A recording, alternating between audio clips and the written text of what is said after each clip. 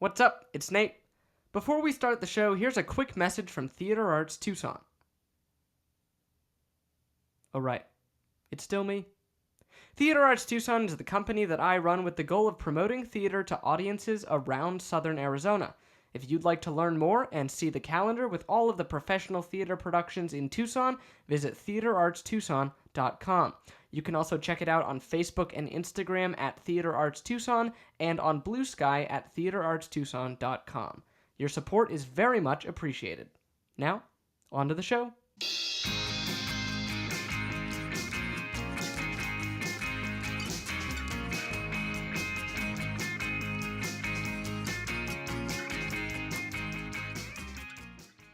Welcome to another Theater Cues episode, the first interview of 2025. If you haven't listened already, I collaborated with the Rigby Theater Company and Theater Arts Tucson on promoting and editing 2 radio plays earlier this month. They're both incredible, and you can find them on this podcast feed. But you are here for a fun fact and a great interview, and that's what I will give you. Here is your first fun fact of 2025. Dear reader, this little book is designed to tell you everything you need to know about the science of getting ahead. Now let us assume you are young, healthy, clear-eyed, and eager, anxious to quickly and easily rise to the top of the business world. You can. Those are the words of the book in How to Succeed in Business Without Really Trying, a musical which has been on Broadway 3 times since 1961, the year the show opened. The lead role of J. Pierpont Finch has been played by a series of brilliant actors, including Robert Morse, Warren Berlinger, Matthew Broderick, Ralph Macchio, John Stamos, Daniel Radcliffe, and Nick Jonas. The voice of the book was played by Walter Cronkite in the 1995 Broadway run and the 1996 national tour, and was played by Anderson Cooper in the 2011 Broadway revival. So, did the show really succeed in business like the title suggests? Initially, yeah. Its first Broadway run won 7 Tony Awards, and it finally closed after over 1,400 performances. It was critically praised. However, the most recent Broadway revival was not so fortunate, receiving poor reviews due to an outdated script and a lack of audience empathy for the lead characters. Overall, though, the show has been a success, so clearly the writers learned how to succeed in show business, although, contrary to the musical's title, I'm sure they worked very hard. I must say, before we move on to the interview today, I had so much trouble with the words run and won in the fun fact, so here's a few bloopers of me struggling with those 2 words back to back. Its first Broadway run won. Its first Broadway run won 7 Tony Awards, and it finally closed after what is happening to me? That was funnier than I thought it was going to be. Okay, now on to the interview. My guest today has also been working hard and succeeding, and not only because of the title of his book, How to Succeed in Musical Theater, a Practical Handbook for the Singing Actor. He has had an extensive career, portraying Willy Wonka in Saguaro City Music Theater's Charlie and the Chocolate Factory, teaching at Pima Community College, directing the Monty Awards, performing in Scrooge at Arizona Theater Company, and studying theater abroad. His dedication to teaching and to his students is an inspiration, and I had so much fun with this interview. Also, I will note that we recorded this back in December, so Scrooge at Arizona Theater Company has since closed. Nonetheless, please join me in giving a big 2025 Theater Cues welcome to Chris Will.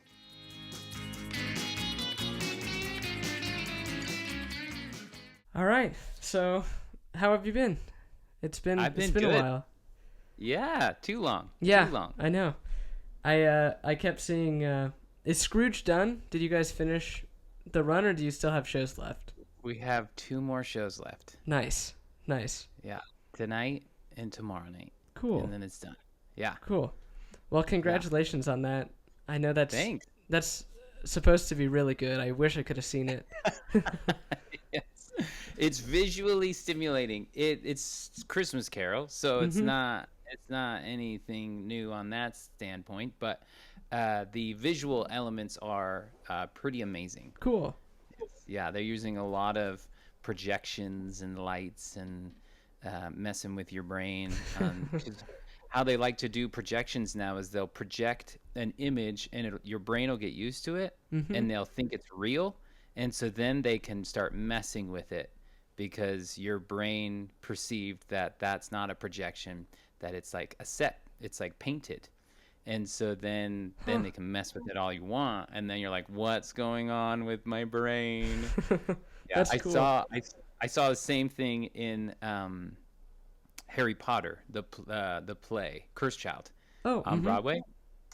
Same thing. Every time they do a trick, I'd be like, I know how they do that. I know how they do that.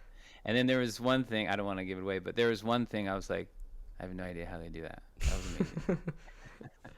Yeah. That's cool. All Yeah. right.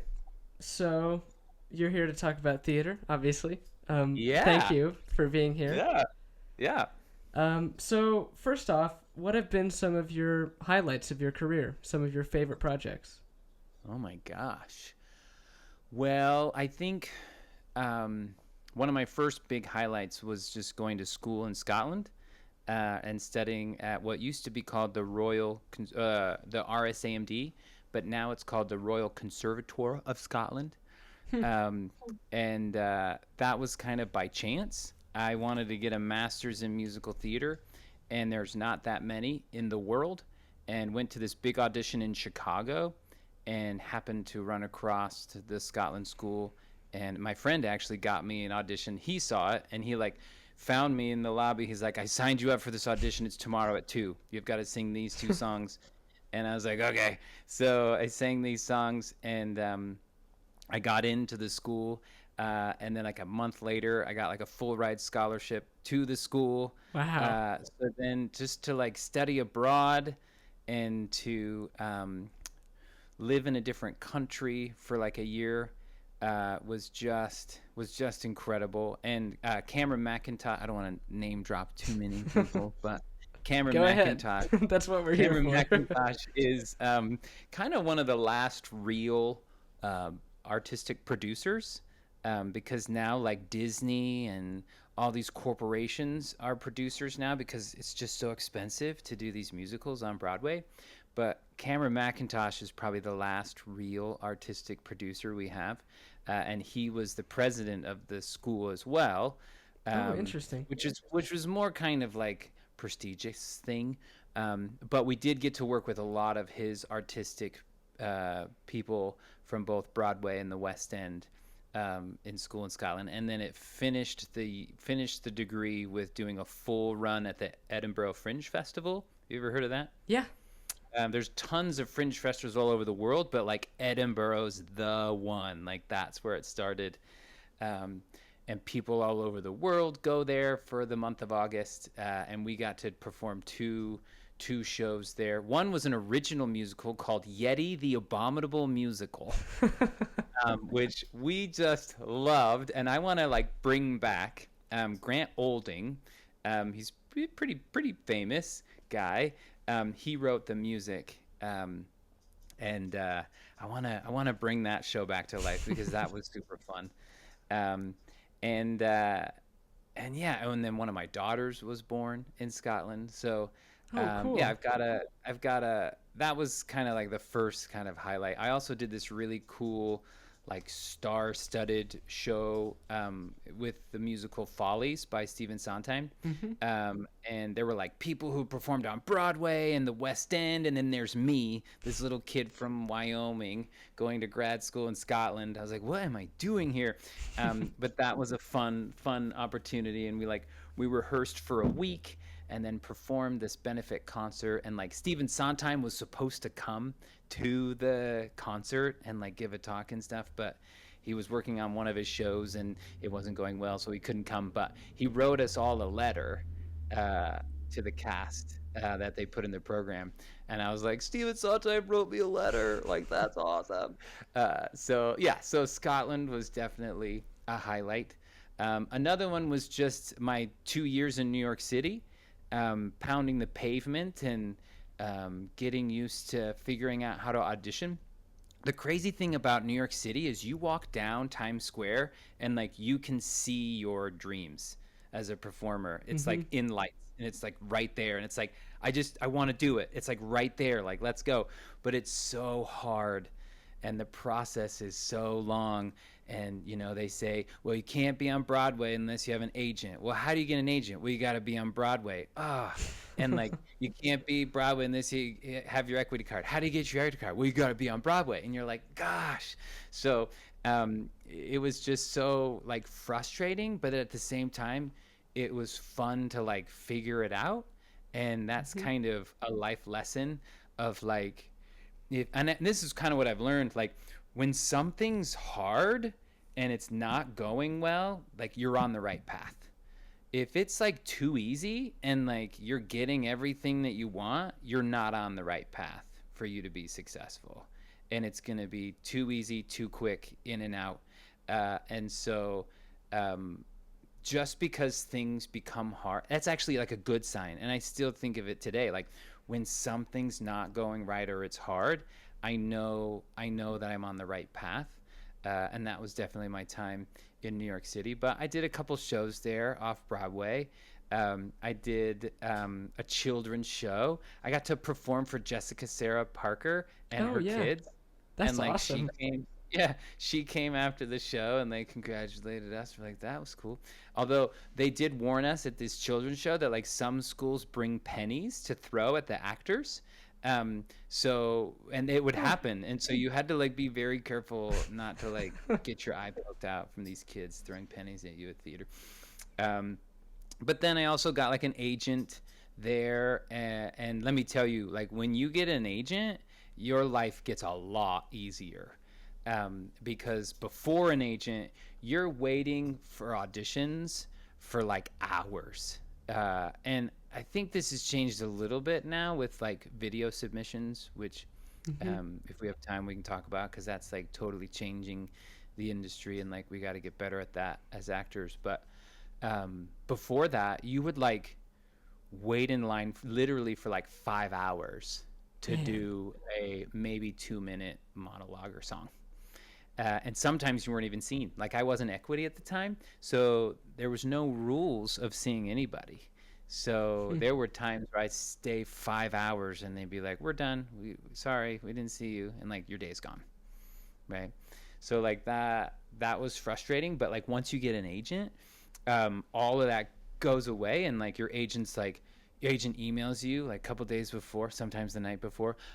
Chris, you got an audition at 10:15 at the Chelsea studio. Good luck. I just sent you the sides, and then like you always want to go 45 minutes or a half hour early just because if the train goes down or you're late or whatever, you don't want to be late. But that was like a huge change once you got an agent because then you had a specific time and you didn't have to like wait around. And keep in mind, Nate, like this is like pre cell phones. Nobody had cell phones. So like I can't scroll on the internet for 5 hours either. Like I just have to sit there and like either bring a book or you talk to people. Heaven forbid we talk to people face to face, right? It's old school. Talk to Um, people. Who would have I thought? know, right? Uh, and uh, and so yeah, New York was great. I also had the best what I call a Joe job. Actors need your Joe job to like support you while you're like chasing for your real dream job. And I worked at Ellen Stardust Diner, Oh, of home of the course. Yeah, yeah, world yeah. famous singing wait staff on 52nd and Broadway, across the street from Wicked. That's such a cool Um, place. that is a fun and oh the friends I made and I mean because we're all actors in that at Ellen's and but they make the joke that like oh you're an actor in New York City, what restaurant do you work at? And that's like a funny joke, but it's also kind of true because what's great about restaurants is they usually have two shifts, so they have a morning shift and a night shift. And so when you're auditioning, typically you're auditioning during the day, but then once you get a job, it's you typically rehearsing at night. So what's great about the restaurant industry is it has that flexibility of time that you can shift your shifts, shift your shifts from like days to nights. regardless of what you need. Or like a lot of restaurants, you'll get like a national tour and you'll be like, hey, I'm signing this contract for a year or 6 months or whatever. Can I, take a leave and come back? And they're like, yeah, sure. Your job's here when you come back. So, yeah, working at Ellen's was definitely super fun. I went back a couple years ago, and I still have friends who work there. Oh, really? Uh, they've come and gone, so they haven't stayed there the entire time. Um, but uh, but yeah, New York, Ellen's. There's just so much to do in New York City. And there's like cheap things to do, like just going to the parks. Like Central Park is still like the coolest place for me. Just like hang out, like rent a bike, bring your own bike, and like bike around Central Hmm. Park.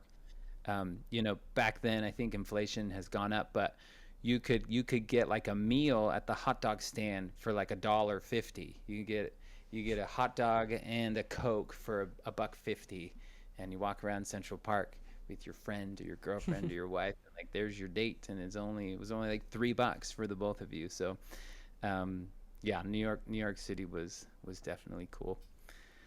And then just the next one is just like when I started teaching. And that was a hard decision for me, and everybody who's listening to this, your dreams will shift and change, and that's okay. But I didn't reach the Broadway show before I left New York. That was kind of the plan, was to like get my master's degree, perform on Broadway, and then start teaching. Hmm. Well, I just didn't get that Broadway thing yet. I think I could still someday, like I'll be like the 80-year-old guy on Broadway and make him his Broadway debut. Um, And I'll be sitting in but the audience and be like, I know him. oh, yeah, I'm so old. Yeah. But it was, you just have to like, my dreams were shifting, and so the off Broadway show that I did, like I really enjoyed doing it, but I was like, oh, if I was directing this, I would do this, and oh, if I was teaching them, I would do this, and I just like, it was more exciting for me to think those things than to just work on my own part. And so I was like, maybe it's time to start looking for teaching jobs, even though I haven't performed on Broadway yet. And then also my second child, my first one was born in Scotland. My second child was born in New York City, and so I was like, okay, we figured out New York City with one kid, being a unemployed actor, and my wife's a nurse. Hmm. With two kids, I don't know if that's possible. So that was also another factor of like, maybe I should start teaching. But I absolutely love it, and it's who I am now. When I started teaching, I was an actor who was interested in directing and wanted to be a teacher, in that order.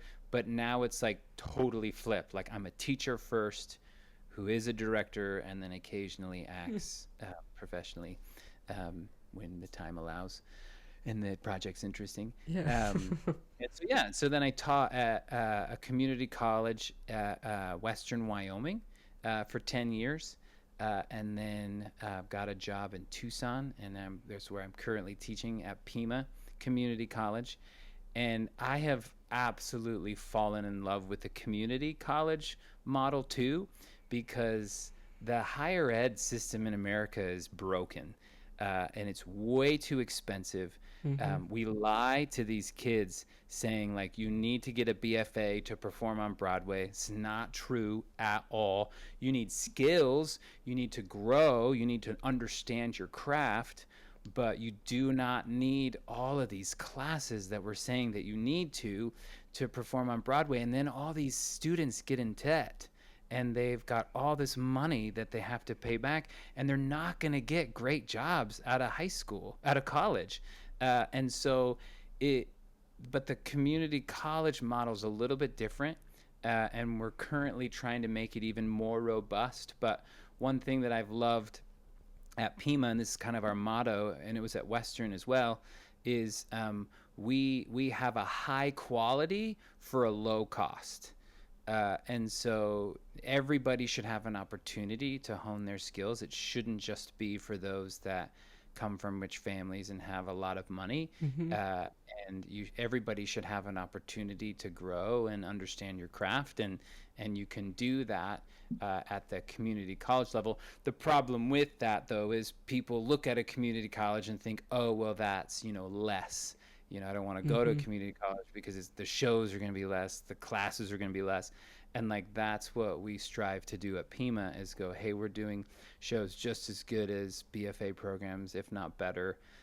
And we're having wonderful opportunities. One of them is we've started an internship program with Arizona Theater Company where uh, students can be performer interns. And we have one this year. Jinx is our Mm-hmm. intern from Pima, and she gets to perform with all these Broadway performers, and Schuler Hensley, who's won a Tony and is best friends with Hugh Jackman. And um, it's crazy the people he knows. And the people he's acted with. Do you know that he acted with Ian McKellen and Stewart? No, Patrick Stewart. Patrick Yeah. Stewart. Yeah, like Wow. every night we're doing a scene together. I like hits me sometimes. I'm like, oh my gosh, they were acting. He was acting with those guys, and I'm acting with them now. I'm like, what is happening right now? So yeah, so just having that high quality, um, but there's what's great about community college is everybody's welcome. So there's no audition process and there's no screening process, and we take everyone and just try to elevate their craft at a low cost. So So you went to college for quite a while, right? Because you got your BFA at the University of Wyoming, and then went to yes. the Royal Conservatory in Scotland, and then Hmm. got a MFA in directing. So that's a lot of school. So Yeah. have you taken that and sort of applied that to teaching? Yeah, so the first two kind of went back to back. So I finished my undergrad and then had a semester off and was a substitute teacher, which was like the coolest job because it was like, if I can't substitute, how could I teach?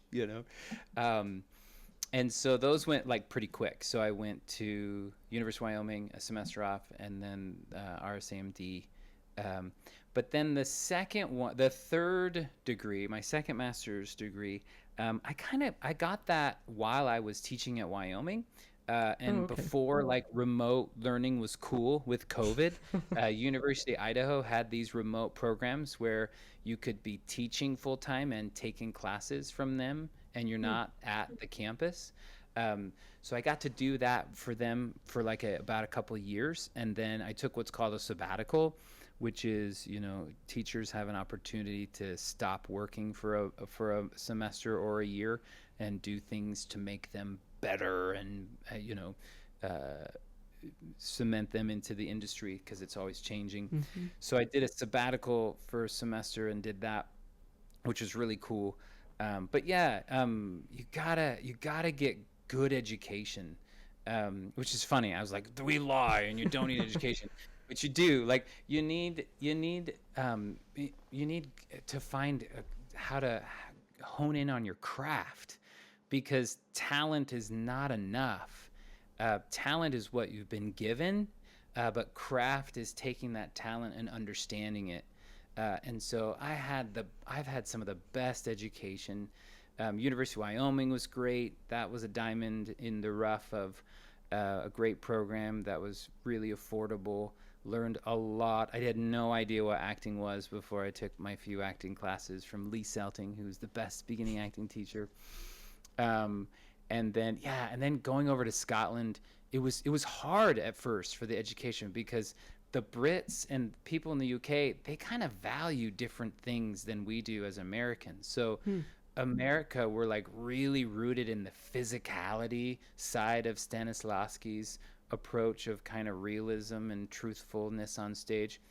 But in Scotland, it was all just about the words, and it's like acting from the head up. So I kind of fought against it as first on the educational side, but then realized I was like, oh, this is just going to give me more opportunities and to be able to have more kind of tools in my toolbox as an actor and as a teacher.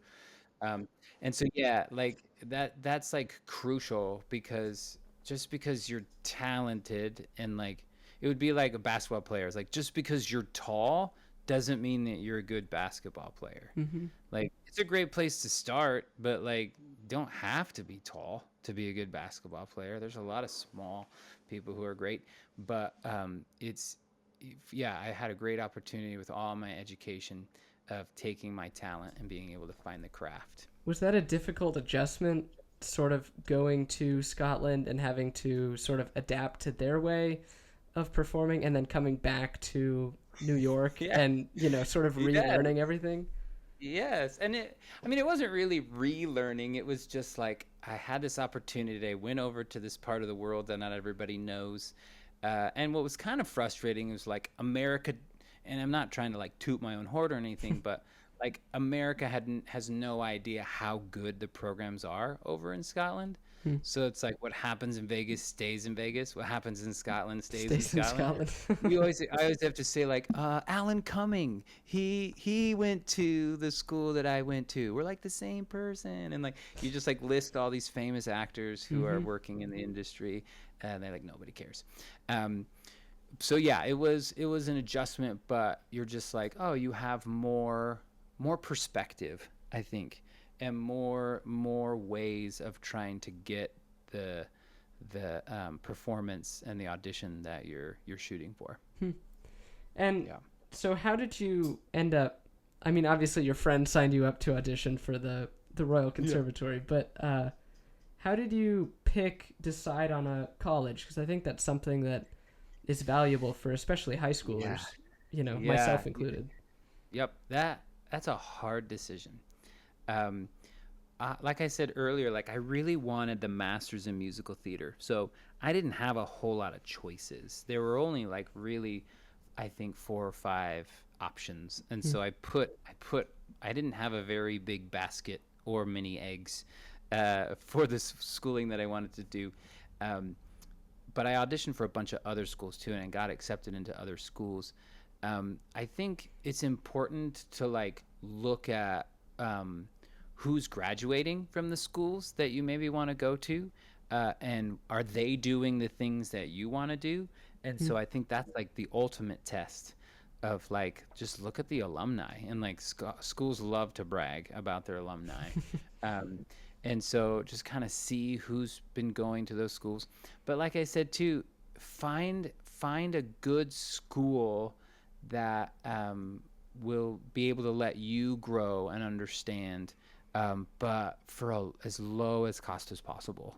Like your goal should be graduating school with very little to no debt, so you can go be a starving actor at zero instead of like negative 30,000, Yeah. 60,000. And then you can work at Ellen Stardust Diner and live And the yeah, live then the make it Broadway up. dream. Yeah, absolutely, absolutely. But there's so many choices and there's so many schools. Definitely like visit the school. Don't ever say you're going to a school and you haven't visited it. Because a lot of times you can just like get a feel. Like my daughter is at NAU this Mm-hmm. year, and we did some college tours last year, and um, it really helped her to actually visit these places because she's like, this feels too big. I feel out of place. I don't know if I could be successful here. Like, oh, this feels like a good size. I could do this. Or, oh, this is too cold or it's too hot or whatever. So yeah, and then hopefully like if you have friends that have gone there, or like you can talk to people who are currently going there, because like students will tell you different things than like the college recruiter will. Sure. uh, and so I think talk to the people, see the alumni. That would be my number one advice. And then yeah, like I said, financially, like if finances aren't a thing for you and your family, great, then like go to those big places. But if they are, like there's some great opportunities for you to continually to grow. I like to throw out names that like the students that went to community colleges aren't the normal people. They're just like Tom Hanks. He started at a community college, no big deal. Walt Disney, he just like started at a community college. George Lucas, yeah, didn't go to university. He went to community college. Like those are the people we're looking for. at the community college Mm-hmm. level. But there's a school for everybody, and don't feel ashamed if like, oh, I'm going to community college is less, or oh, I'm going to the state school, this is less. My friend's going to that private school, and it's like, do you know what the number one reason why private schools are more expensive? I don't know. The food. What? Yeah, you will get a five-star dining food at private schools, and that's about the big Hmm. difference. So there's Yeah. not necessarily a teaching difference. You're It's not gonna get no. just You're not room gonna and get board is the better. difference, I guess. Yeah, you're gonna have a nicer dorm. You're gonna have nicer food for 4 years. That's what you're paying for. Yeah, you're not gonna all of a sudden, just because the tuition is higher, a teacher is not gonna know their field more than anything else. Um, you're going to have really great teachers at, you know, community colleges, and you're going to have really crappy teachers at these private Mm-hmm. schools, and vice versa. Yeah. Um, and so, yeah, it's not necessary. Money does not buy you your education. Hmm. Yeah. So, have you always been a singer, or is that a skill that you developed over time? Yeah, so I started kind of late. Um, my music started with I wanted to be a drummer when I was like little. And so my mom's like, "Okay, cool, but you have to play piano first." I was like, "Ah, stupid, but okay." So I took piano lessons for like 3 or 4 years. I didn't stick with it. It's like the number one regret in my industry. Like if I could Mm. play piano better, that would be super helpful for what I do. Um, but then I quit piano. I was gonna start playing drums, but then I found my dad's trombone in the closet, and so I started playing trombone in middle school. Thought that was fun.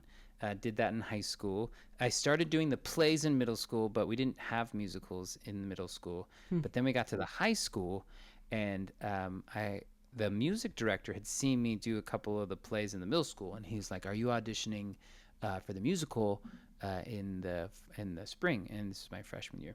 And I said to him, "This is Mo Stevens." He was like, "This guy is amazing. He totally changed my life." He was like, I was like, "Well, I can't sing." And he looked me straight in the eye. He's like, "You let me decide if you can sing or not." I was like, "Oh my gosh, okay." So I auditioned for the musical. I think we were doing South Pacific, and got in. Turns out that I can sing. So I didn't really start singing until my freshman year in high school. Hmm.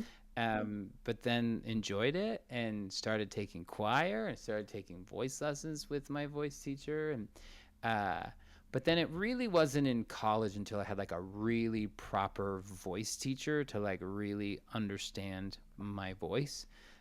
So yeah, I kind of started late, which is great because like you can start at any time, and like other than like maybe being a ballerina, like you're not gonna lose any time by starting whatever time you are.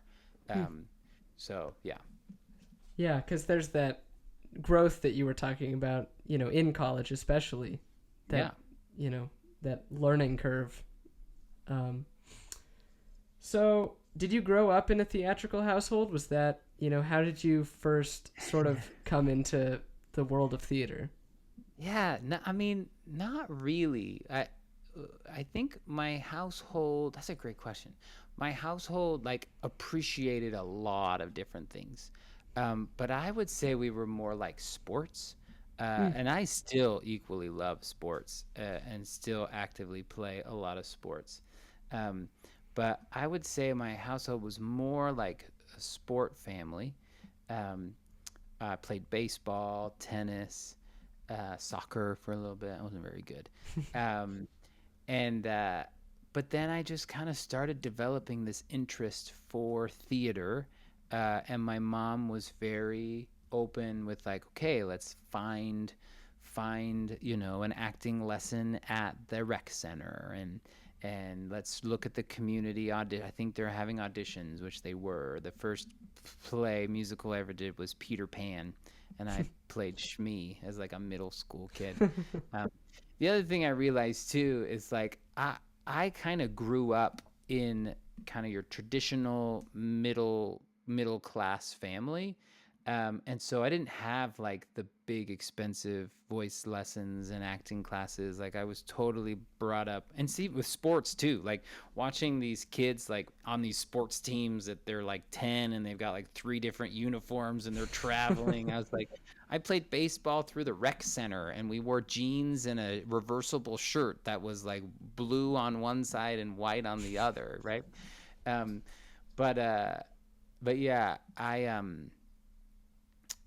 but once I started to have the interest, my mom was really open to it. My dad was too, but like not as aggressive as my mom. Like I remember one time I did a musical in high school, and the musical's called Where's Charlie?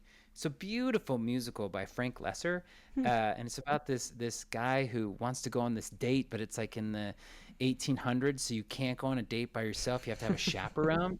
And so they hire this chaperone, but the chaperone gets sick, and they're like, "But we still want to go on this date." So this guy pretends to be the chaperone and go on the date at the same time. It's the first Mrs. Doubtfire before Mrs. Doubtfire was Oh, Mrs. interesting. Doubtfire. Yeah, yeah. And so I played that in high school. And so like we're in Walmart and I was like, Mom, I need to get tights for the musical. And my dad's like, don't say that so loud, you know? He was totally cool with it. And he's like, you can get them. He's like, but do you have to say it so loud? So yeah, I wasn't like my parents didn't do it. I wasn't exposed to it that way. But once I expressed that interest, we did, and we started seeing a lot of theater. I was born and raised in Colorado, and so we went to the Buell Theater in Denver, which is their national theater that national tours come through. And so I remember like middle school to high school, I was seeing a lot of theater, a lot of professional theater, which is great. And like that's like the best thing that you can do is just see a lot of good work. And Mm-hmm. now you can even like you should do that in like Broadway in Tucson and like ATC, and like I know it's expensive, but there's ways to get like student discounts and stuff for free. But there's also like great streaming things now, like the National Theatre in London. I was just looking into, getting a subscription for that. Like they've recorded all their professional plays and musicals, and like just watching good theater is probably the best education you could ever have. And just be curious, like why am I enthralled, and why do I like that performer but not that one, and like what is it about this scene that like captivates my attention, but then why am I bored now in this scene? And like if you can be curious about that, like you will be your best teacher in life. If you can, I always tell my students when I start a class, I was like, let's try to be humble and curious. If we can do those two things, we'll accomplish a lot of stuff. Very cool. Have Yeah. you ever wanted to combine, sports and theater, like be in like Damn Yankees or? Sure. Yeah. I mean, I love the TV show Ted Lasso. Oh yeah. And they kind of do that with football, with the UK football, and acting. There's a great quote that Ted Lasso has. It's like, yeah, when art and sports combine.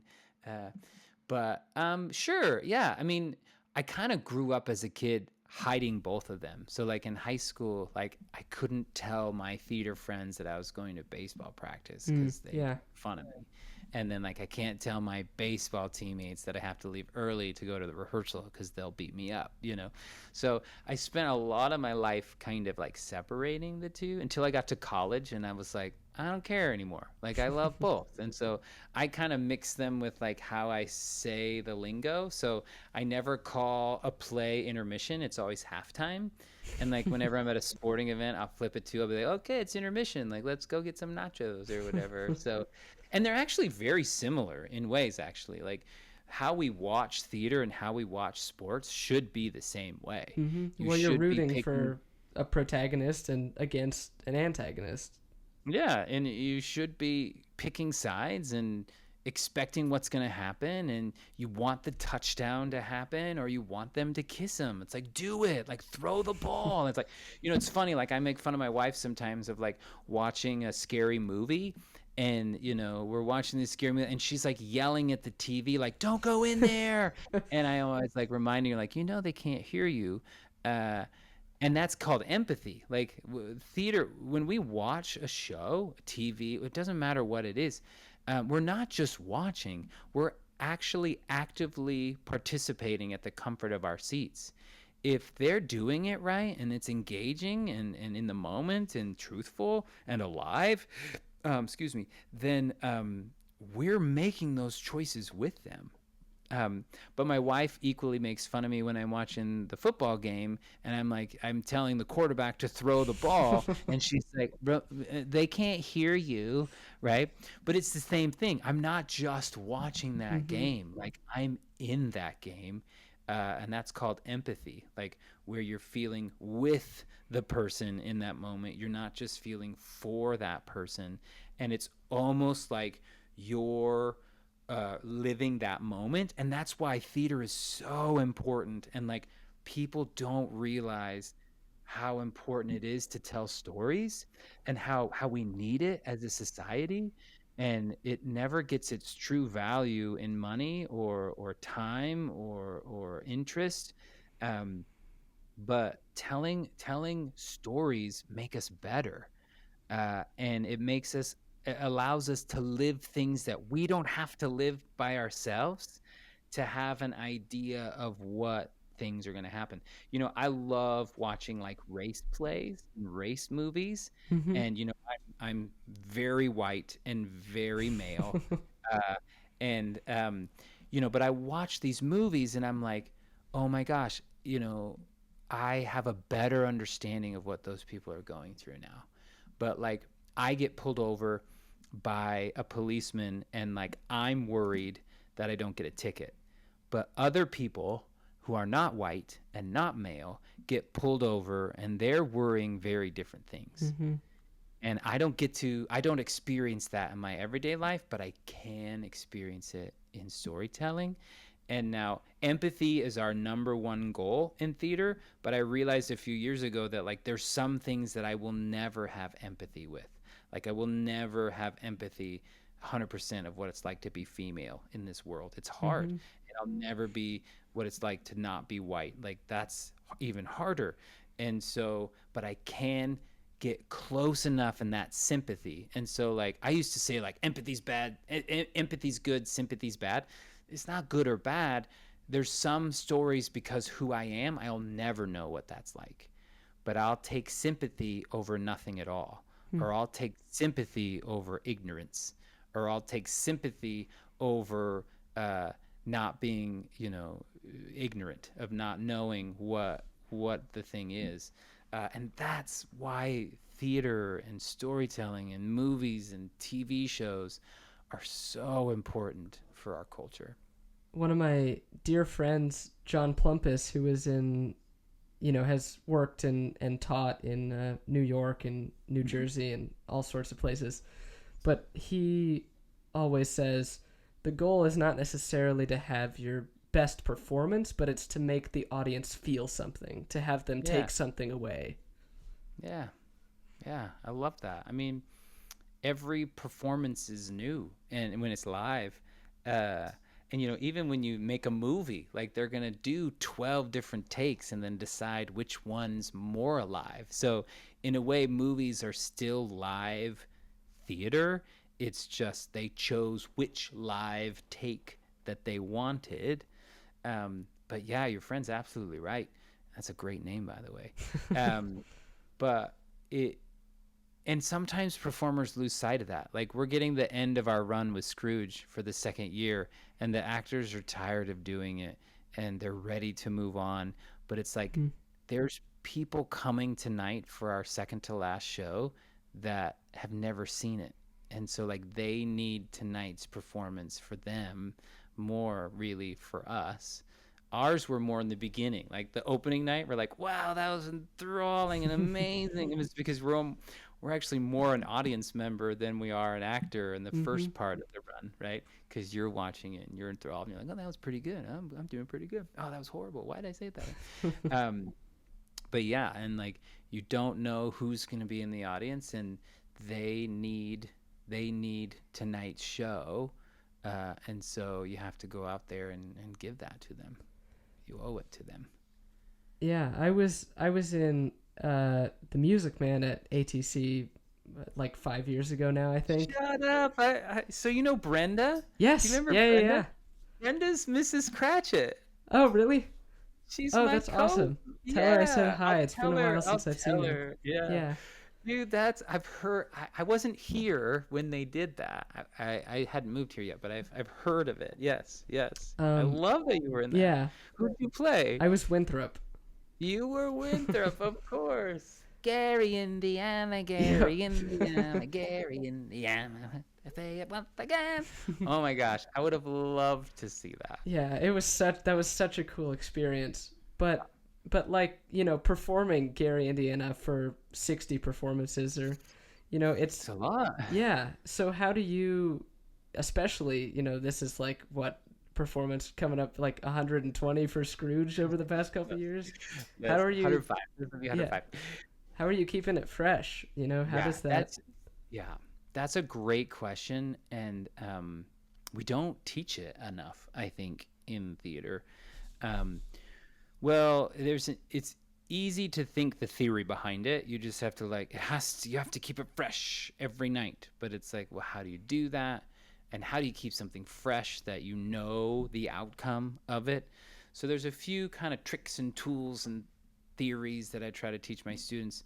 The first one is you have to keep the discovery alive. So you already know what the other person's going to say, and you already know the lines, but you have to discover what you already know. And so if you keep that discovery alive, it's great. That's still kind of words and theory. Another more practical thing is you can look at the same thing a million different ways. So, for example, there's a part in Scrooge where Tiny Tim's sitting on my lap, and he's singing his big song, right? And the director told me, just look at Tiny Tim. I'm like, great.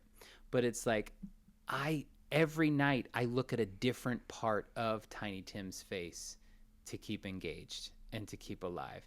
So it's like I'm taking the note, I'm looking at Tiny Tim, but Tiny Tim has like a million things. Like sometimes I look at his eyebrows and I'm like, oh, look at his brown eyebrows. Like, that's cool. That keeps me engaged. That keeps me in the moment.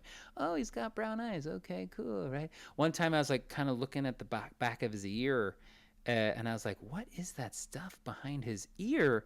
And it's like his tape, his mic tape from I think the previous show, because he's got his mic tape lower. And so then I was like, oh, he needs to wash behind his ears more. And so like that's an active way to stay present is you can look at one thing in a million different ways. And so because it's important to take the note. The problem with keeping it fresh is some people think I'm going to make it up new each night. And so I'm going to try it this way tonight to keep it fresh. And I'm going to try it this way. Well, you can't do that for many reasons. One, it's not safe.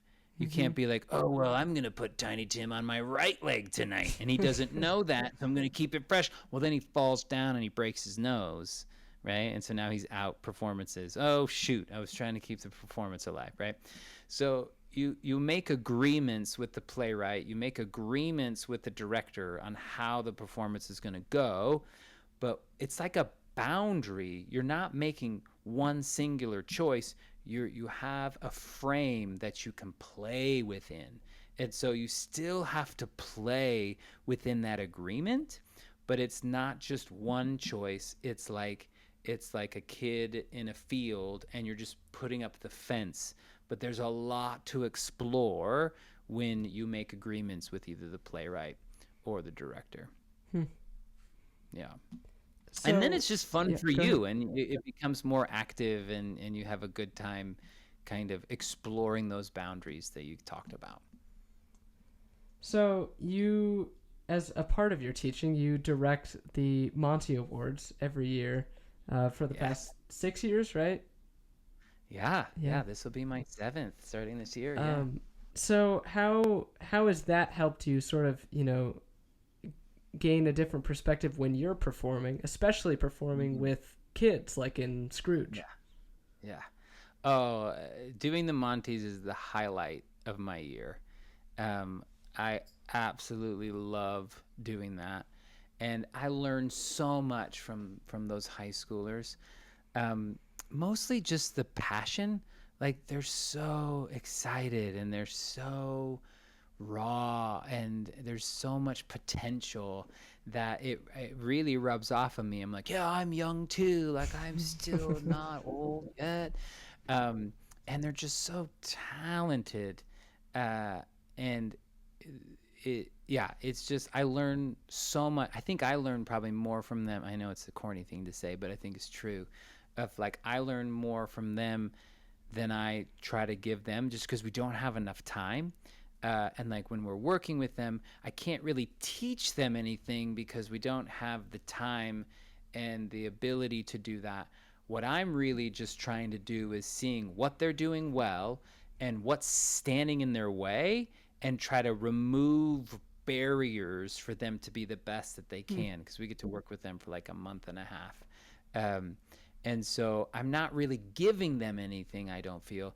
I'm just trying to take things away, because that's easier to do than to like teach them a practical or a Hmm. theory. Or I tried to do that at first, but I realized that I just ran out of time. And I was like, oh, this is not working. So you just kind of take things away that are standing in the way of their great performance. Um, but that is so much fun, and I'm so honored every year to be asked to do that when I am. Um, and it's just so much fun to work with those high school kids. I love it. I imagine there's differences in, workshopping something in a class setting versus Mm. in a rehearsal because of those time constraints. So is Yeah. that, an adjustment, especially going from teaching to directing to acting? Uh-huh. Yeah, it's an adjustment, and it's taken a while to find that adjustment. I still do it occasionally, but like even when I'm directing like adults, I'll have actors be like, "Chris, it feels like you're teaching us instead of directing," and I'm like, "Is that a bad thing?" And they're like, "No, I just wanted you to know." I was like, "Okay, good." I was like, "If you don't want it, like I won't give you, but we're all learning things. I'm learning from you." Um, but yeah, it's definitely an adjustment that I think it's just the time thing. I think everybody's willing to learn something, but they're like, if you're gonna make me do this thing and we just don't have enough time for it, then we just kind of waste our time Hmm. of like trying to teach. So yeah, it's an adjustment that I'm still learning how to do, but I did kind of first pick up on it, like I don't know, when I first got here in Tucson, when I really got to start working with a lot of different people, which I love. I love working with kids. I love working with middle school, high school, professionals. Like, let's just tell a story, and let's tell it the best that we can with the limitations that we have. And we don't need a whole lot of money to be creative. In fact, creativity is higher when you have less money. When you have all the money in the world, you're not as creative anymore because you're just throwing money at the problem, not your creativity. And so it's like, okay, we need this castle. Do we have the budget to build it? Nope. Okay, let's build it out of cardboard. Cool. Like, but let's make it look cool. And so, um, because the thing about really acting, like nobody taught us how to use our imagination. It's We're born with it. I love telling this story during the COVID days when we were teaching online. How old were you when you were having your COVID classes? Were you in middle That school, was high school? sixth and seventh grade. Six. Okay. Oh Yeah. gosh, sixth and seventh grade. You learned from home, right? And you did Zoom, and it was fine. Like there was some cool stuff about that. There's some horrible stuff about that. But I'm doing my Zoom classes just like everybody else on acting, and I walk out of my room, and my daughter is on a break, and she's playing with her Barbies, and she's like 100% committed, and it's beautiful. And I'm just watching her, and I'm like, this is what I'm trying to teach my college kids to do, like to have this commitment and to have this energy. And I was just taken aback by watching her, but she didn't know I was watching her. And then all of a sudden, when she realized that she was being watched, you know what she told me? I mean, probably something about it's different when you're being watched. Yeah, well, she apologized.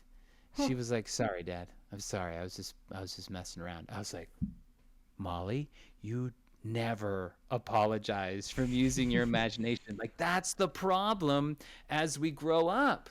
We apologize for using this beautiful tool, although we all still do it by either listening or watching shows. But those that are performers, we realize they're like, oh, this wasn't real. Sorry, my Barbies aren't real. Like, yes, they are. Your imagination is real. It's not in the physical world, but it's in this beautiful imaginary space, an imaginary world that's even more important than the physical world, because how did the physical world get created? It was in the Imagination. imaginary world first. So you had to imagine something for it to be the concrete. I didn't even think about that till now. That's pretty good. We need to like make sure this part gets in it, because there's none of the concrete things that we have existed before someone imagined it. And so the imagination is probably the most important space and world that we live in. But as we get older, we apologize for using that space because it's not cool Hmm. and it's not, accepted, but yet it is, and we need it. I want to touch really quick. Speaking of online things, I want to touch really quick Yeah. on your podcast, Three Yeah. Poor Players, which is Yes. super fun, and it's a great listen. I recommend it to all of our listeners. But Yeah. how did that come about? Yeah, so it's just two of my best friends, John O'Hagan and Jason Pasqua. We used to work together. We were all at one point in Wyoming at different schools. And we kind of put together this theater company where we would get together to rehearse a play for a week and then perform it for a weekend and then be done. And like we all miss doing theater because we're all teaching and directing, but we were like, I don't want to join a theater company and spend 3 months of my life. I just want to do the work. Hmm. And so that's how we kind of became friends. And then we all kind of moved, except for Jason, still in Cheyenne, Wyoming.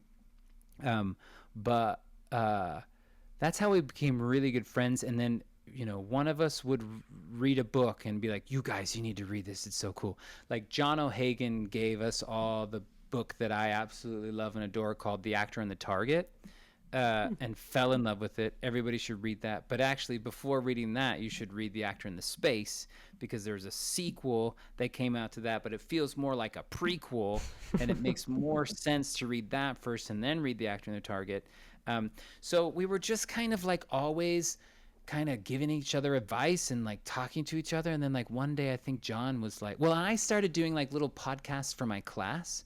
And so instead of having acting books for my classes, I make these educational podcasts that the students have to listen to. And it's like I'm interviewing professional actors and teachers and directors, getting their take on, what a beginning actor student should have. But then John's like, I feel like we should, try to put together a podcast to kind of build this community of more than just the three of us. And so really we want it to be like 100 poor players, 1,000 poor players at some point, but it just starts, with the three of us. That's been super fun. I think we've got like 2 or 3 episodes out now. We've got one that's coming out soon. We're working on like 3 or 4 as you speak. Our kind of format that we love is one of us will come up with a topic and kind of do like the pre-work. So if there's any like pre-recordings, like the first one that we did was like I did a little acting exercise about using time. And so I was in charge of like finding the material, doing some pre-recording, but then the two of them have no idea what the topic is at all. And then like the podcast is presenting these ideas fresh, and then the two are like, oh, that's cool, did you think of this and whatever. And so that's kind of our format. But then we also want people who are listening to like come on, like you should suggest a topic, and then we'll have you on as the poor player, because we also want like the audience to be part of it as well, and it's not just us. But yeah, that's kind of how it got started. And it truly is like the best professional development. In college, they always talk about teachers needing to take professional development times and do this, and Mm-hmm. we're really just trying to um, help people give ideas and work through challenges and think like we're all dealing with the same stuff. And so if we can create a podcast to kind of bring us all together in the theater world, that'd be kind of cool. That's awesome. Yeah. Yeah. So every episode, I like to play a little game with Okay. the guest, and I like Love to games. sort of tailor that game to the career of the guest. So this Oh, game good. is called How To, and it's, of course, because your book, How to Oh, Succeed in Musical Theater, a thank you. Practical Yeah. Handbook for the Singing Actor, Yeah. was released in 2023. So I decided, why not ask you some simple how-to questions, rapid fire Okay. style. Okay. So I'll give you a prompt, and as quickly as you can think of an answer, you'll have to tell me how to accomplish that prompt. Does that sound good? Okay. Sounds great. All right. So first off, how do you pick an audition song? You have to fall in love with the music and the lyrics. How do you approach teaching an acting class? Find principles that help the students understand who they are as human beings. How do you impress a director? By being yourself. How do you improve your vocal technique? By singing every day. How do you learn more about theater? Read as many books and watch as many plays as you can. How do you write a how-to book? You have help from an old professor who gets you started and has a publisher, and then he gets sick, and then you lose the publisher, but then you keep writing it and you self-publish it for a while, and then you get a real publisher. But you stick with it. It takes forever, and people probably don't read it as much as they should, but it makes you better as a person, and it's really fun to say that you wrote a book. Even when you have a learning disability and like reading is like incredibly hard for you, it's all about persistence. Well, there you go. That's everything you need to know about how to succeed in theater from Chris Will. Yes, yes. So for the final segment of this episode, I like Yeah. to ask every person the same 3 questions Okay. as sort of a comparison point for our Yeah. listeners. Love it. So I call these the Theater Threes, and Oh, the good. first question is, what is your favorite musical? Oh, that's so mean. That's not fair. There's so many.